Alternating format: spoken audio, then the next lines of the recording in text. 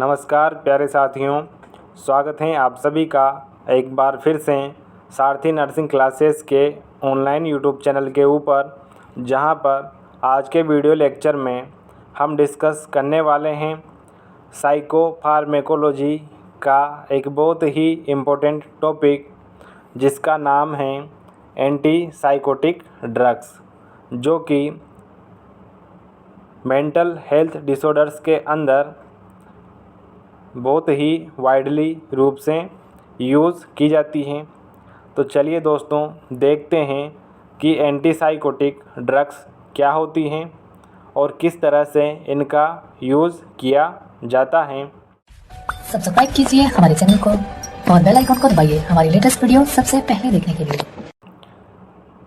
इसमें सबसे पहले देखते हैं कि एंटी साइकोटिक्स क्या होती हैं। They are psychotropic drugs which are used for treatment of psychotic symptoms. यानी कि जो एंटी साइकोटिक ड्रग्स होती हैं, यह एक प्रकार की साइकोट्रोपिक ड्रग्स होती हैं जिनका यूज़ साइकोटिक सिम्टम्स के ट्रीटमेंट के लिए किया जाता है।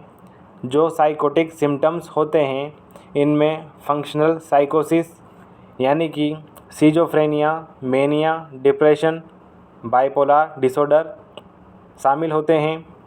ऑर्गेनिक साइकोसिस, जिसके अंदर डिमेंशिया और डेलीरियम शामिल होते हैं। मूड डिसऑर्डर, जिसमें मेनिया और डिप्रेशन होता है।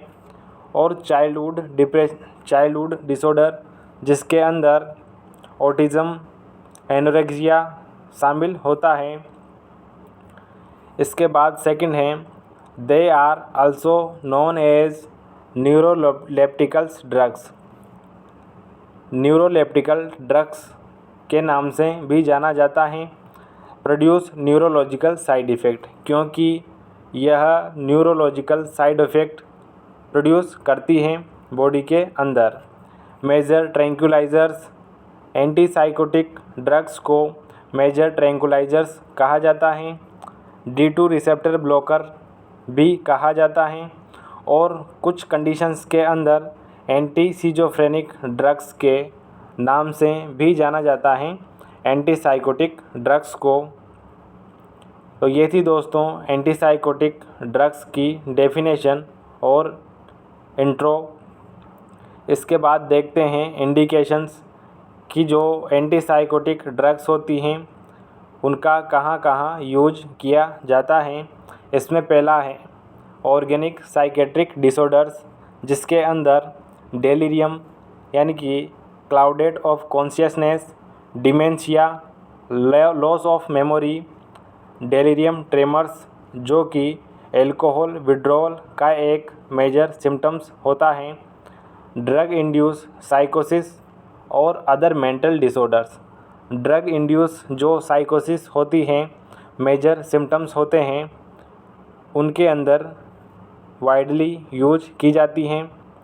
इसके बाद सेकंड कैटेगरी हैं फंक्शनल डिसऑर्डर्स, जैसे कि सिजोफ्रेनिया, पैरानॉइड डिसऑर्डर या paranoid schizophrenia, change in personality.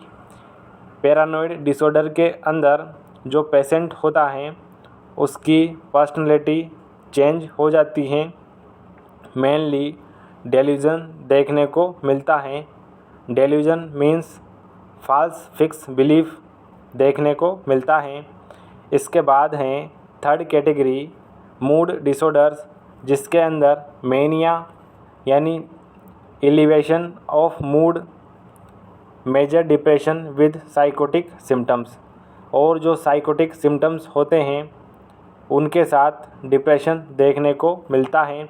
इस कंडीशन में एंटी साइकोटिक ड्रग्स का यूज किया जाता है। फोर्थ कैटेगरी है चाइल्डहुड डिसऑर्डर्स, जिसके अंदर ADHD, attention deficit hyper active disorder के अंदर autism means block of thoughts and ideas. जो पेशेंट होता है, जो बच्चा होता है, उसके थॉट और आइडिया का फॉर्मेशन ब्लॉक हो जाता है, स्टॉप हो जाता है। एन्यूरेसिस यानी बेड वेटिंग वाले चाइल्ड के अंदर भी एंटीसाइकोटिक ड्रग दी जाती हैं। इसके बाद 5th कैटेगरी है न्यूरोटिक और अदर साइकेट्रिक डिसऑर्डर्स, जैसे कि एनोरेक्सिया नर्वोसा। इसके अंदर जो पेशेंट होता है वह ईटिंग कम कर देता है, खाना कम खाता है। ओसीडी ऑब्सेसिव कंपल्सिव डिसऑर्डर, इसके अंदर पेशेंट को आइडिया आता है, विचार आता है और विचार एंजाइटी कॉज करता है, जिसके कारण पेशेंट मूवमेंट करता है, फंक्शन करता है। और थर्ड है एंजाइटी। इसके बाद 6th कैटेगरी है मेडिकल डिसऑर्डर्स, जैसे कि नोज़िया वोमिटिंग, टिक डिसऑर्डर यानी एबनॉर्मल बॉडी मूवमेंट वाली condition, eclampsia, seizure with pregnancy. Pregnancy के अंदर सीजर की कंडीशन को एक्लेम्पशिया कहा जाता है। सीवियर पेन इन मैलिग्नेंसी, और मैलिग्नेंसी या कैंसर की वजह से सीवियर पेन वाली कंडीशन में भी एंटीसाइकोटिक ड्रग्स का यूज़ किया जाता है। अब देखते हैं मोड ऑफ एक्शन की जो ड्रग होती है वह किस तरह से एक्शन परफॉर्म करती हैं। इसमें पहला है एग्जैक्ट मैकेनिज़्म इज़ अननोन। जो एंटीसाइकोटिक ड्रग्स होती हैं इसकी जो एग्जैक्ट मैकेनिज़्म होती हैं वह अननोन होती हैं। इसके बाद कुछ जो थ्योरीज़ हैं उनके according anti dopaminergic action block the post synaptic dopaminergic receptor and decrease the level of dopamine in post synaptic site. जो एंटीसाइकोटिक ड्रग्स होती हैं वह एंटी डोपामिनर्जिक एक्शन परफॉर्म करती हैं, यानी कि जो पोस्ट सिनेप्टिक डोपामिन रिसेप्टर होते हैं उनको ब्लॉक कर देती हैं, और जो पोस्ट सिनेप्टिक साइट होती हैं वहाँ पर डोपामिन के लेवल को डिक्रीज़ कर देती हैं। इसके बाद हैं block the chemo receptor trigger zone in medulla oblongata.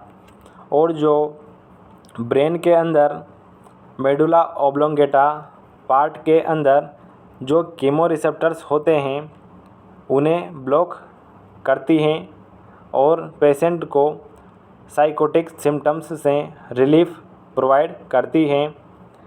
इसके बाद हैं एंटीसाइकोटिक ड्रग्स, यानी कि क्लासिफिकेशन कि इसके अंदर कौन कौन सी ड्रग्स देखने को मिलती हैं। इसमें मेजर कैटेगरी हैं first typical antipsychotics, also called first generation and conventional antipsychotic drugs. जो टिपिकल एंटीसाइकोटिक्स होती हैं यह फर्स्ट जनरेशन की ड्रग्स होती हैं, जिन्हें हम कन्वेंशनल एंटीसाइकोटिक ड्रग्स भी कहते हैं। मोर effective for positive symptoms of schizophrenia. और जो सिजोफ्रेनिया होता है फंक्शनल डिसऑर्डर्स, इसमें पॉजिटिव सिम्टम्स के लिए मोर इफ़ेक्टिव मानी जाती हैं एंटीसाइकोटिक ड्रग्स। जो एंटीसाइकोटिक ड्रग्स होती हैं इन्हें भी सब क्लासीफाई किया गया है। इसमें पहला है फिनोथायाजाइन डेरिवेटिव्स, जिसके अंदर क्लोरप्रोमाज़ाइन, ट्राइफ्यूप्रोमाज़ाइन, थायोपेरिडाज़ाइन, प्रोक्लोरपेरिजाइन, ट्राइफ्लूपेरिजाइड, फ्लूफेरिनाज़ीन और प्रोमेज़ीन जैसी मेडिकेशंस शामिल होती हैं।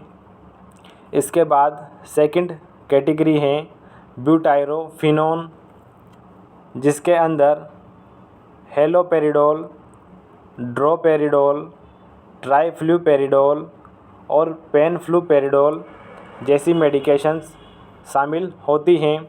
इसके बाद हैं थर्ड कैटेगरी थायोजेंथीज़, जिसके अंदर फ्लूपेंथीजोल शामिल होती हैं।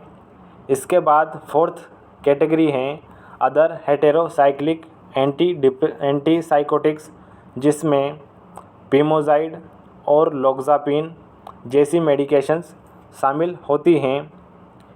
इसके बाद जो सेकंड मेजर क्लासिफिकेशन हैं टिपिकल के बाद में एटिपिकल एंटीसाइकोटिक ड्रग्स, इसके अंदर क्लोंजापिन, रिस्पेरिडोन, ओलेंजापिन और जिप्रासिडोन जैसी मेडिकेशंस शामिल होती हैं। जो एटिपिकल एंटीसाइकोटिक ड्रग्स होती हैं इन्हें अल्सो कॉल्ड नोवेल एंटीसाइकोटिक्स, इन्हें न्यूअर ड्रग्स के नाम से जाना जाता है और सेरोटोनिन डोपामिन एंटागोनिस्ट के नाम से भी जाना जाता है। Use first line treatment of schizophrenia, और जो सिजोफ्रेनिया होता है इसके फर्स्ट लाइन ट्रीटमेंट के रूप में एटिपिकल एंटीसाइकोटिक ड्रग्स का यूज़ किया जाता है, मोर इफ़ेक्टिव फॉर नेगेटिव सिम्टम्स। और जो सिजोफ्रेनिया के नेगेटिव सिम्टम्स होते हैं उनके ट्रीटमेंट के लिए एटिपिकल एंटीसाइकोटिक ड्रग्स यूज़ की जाती हैं। तो ये था दोस्तों एंटीसाइकोटिक ड्रग्स का क्लासिफिकेशन। इसके बाद हम देखते हैं साइड इफ़ेक्ट कि इस ड्रग के क्या क्या मेजर साइड इफ़ेक्ट देखने को मिलते हैं। इसमें पहला है एक्स्ट्रा पिरामिडल सिम्टम्स, जिसे हम EPS के नाम से जानते हैं। इसमें पहला है these are serious neurological symptoms and major side effect of antipsychotic drugs. यह एक प्रकार का सीरियस न्यूरोलॉजिकल साइड इफ़ेक्ट होता है एंटीसाइकोटिक ड्रग्स का। For conventional antipsychotic drugs cause a greater incidence of EPS that do a typical antipsychotic drugs, यानी कि जो कन्वेंशनल एंटीसाइकोटिक ड्रग्स या कहें टिपिकल एंटीसाइकोटिक ड्रग्स के कारण EPS ज़्यादा देखने को मिलता है, जबकि जो एटिपिकल एंटीसाइकोटिक होती हैं उनके कारण माइनर EPS देखने को मिलता है। इसके बाद हैं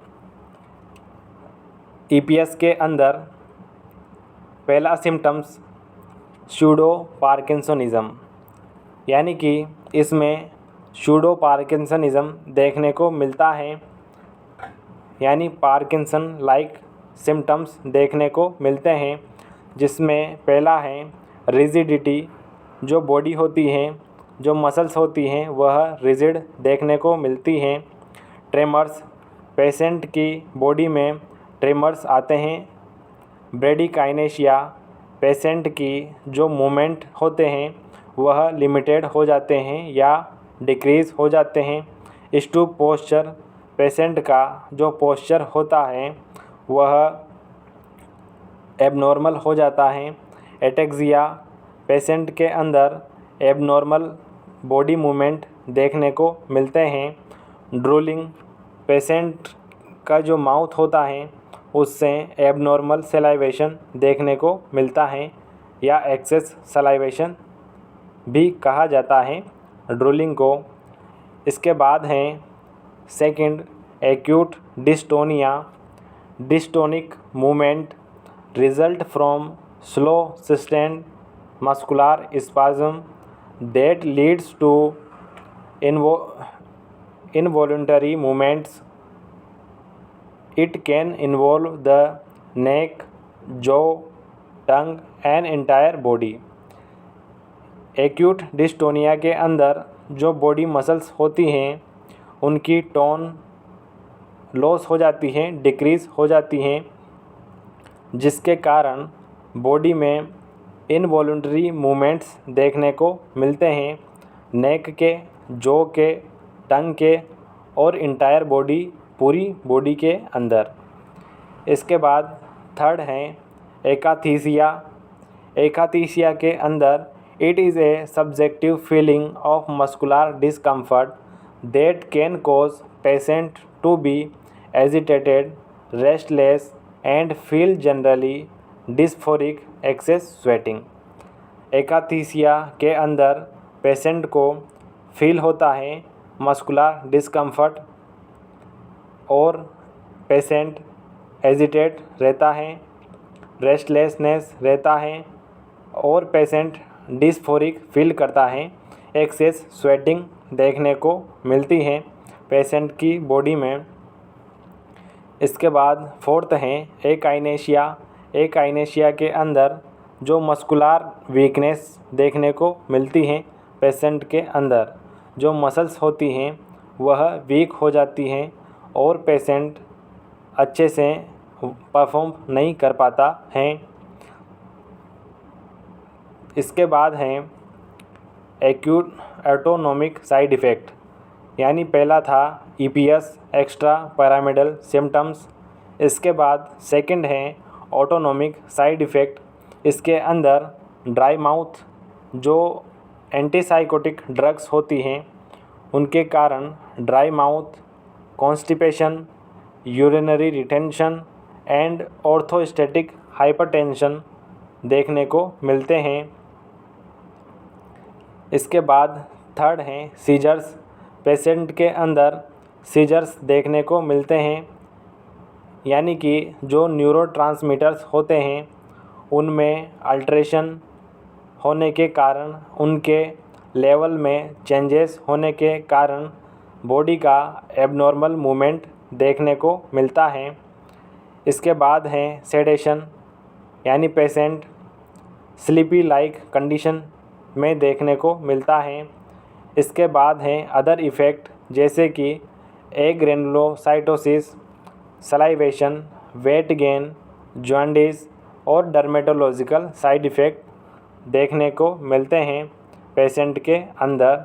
एग्रेनुलोसाइटोसिस मीन्स जो WBC होती है उसका लेवल बढ़ जाता है बॉडी के अंदर या डिक्रीज़ हो जाता है बॉडी में। इसके बाद हैं कॉन्ट्रा इंडिकेशंस कि कौन कौन सी कंडीशन के अंदर एंटीसाइकोटिक ड्रग्स को अवॉइड किया जाता है, पेशेंट को नहीं दिया जाता। इसमें पहली कंडीशन है history of severe allergy. Patient को अगर सीवियर एलर्जी हो उस कंडीशन में एंटीसाइकोटिक ड्रग्स नहीं दी जाती। सेकंड है use of central nervous system depressants like barbiturates, benzodiazepines और ओपोइड्स, यानी कि एंटी डिप्रेसेंट मेडिकेशंस के साथ एंटीसाइकोटिक ड्रग्स नहीं दी जाती हैं, अवॉइड की जाती हैं। थर्ड है with anticholinergic medication like scopolamine और द यूज़ ऑफ फेनसाइक्लिडीन। इन कंडीशन में इन ड्रग्स के साथ भी एंटीसाइकोटिक ड्रग्स अवॉइड की जाती हैं। सीवियर कार्डिक एबनॉर्मलिटीज़ और कार्डियक एबनॉर्मलिटीज़ की कंडीशन में भी एंटीसाइकोटिक्स ड्रग्स को अवॉइड किया जाता है। History of seizure disorders, patient को प्रीवियस सीजर डिसऑर्डर हिस्ट्री होने की कंडीशन में भी अवॉइड किया जाता है इन ड्रग्स को। सिक्स्थ है नैरो एंगल ग्लूकोमा और प्रोस्टेटिक हाइपरट्रोफी।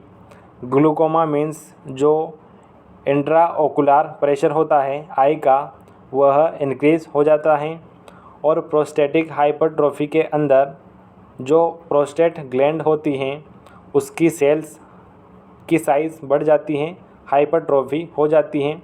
इन कंडीशन के अंदर भी जो एंटीसाइकोटिक ड्रग्स होती हैं इनको अवॉइड किया जाता है।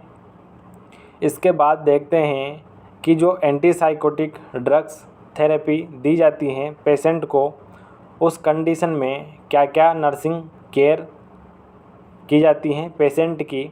इसमें पहला है instruct the patient to take sip of water frequently to relieve dryness of mouth use of chewing gum, applying glycerine on lips और अल्सो हेल्पफुल। यानी कि पेशेंट को इंस्ट्रक्ट किया जाता है कि वह फ्रीक्वेंटली वाटर इंटेक करे, जिससे कि माउथ के ड्राइनेस को ट्रीट किया जा सकता है, साइड इफ़ेक्ट को रिलीव किया जा सकता है। इस कंडीशन में च्युइंगम, ग्लाइसेरिन आदि यूज कर सकता है पेशेंट। इसके बाद सेकंड है a high fibre diet, see fluid intake and laxatives if needed help to reduce constipation. और कॉन्स्टिपेशन के लिए हाई फाइबर डाइट, फ्लूइड और लैक्सेटिव सजेस्ट किए जाते हैं पेशेंट को। Advise the patient to get up from the bed on chair slowly.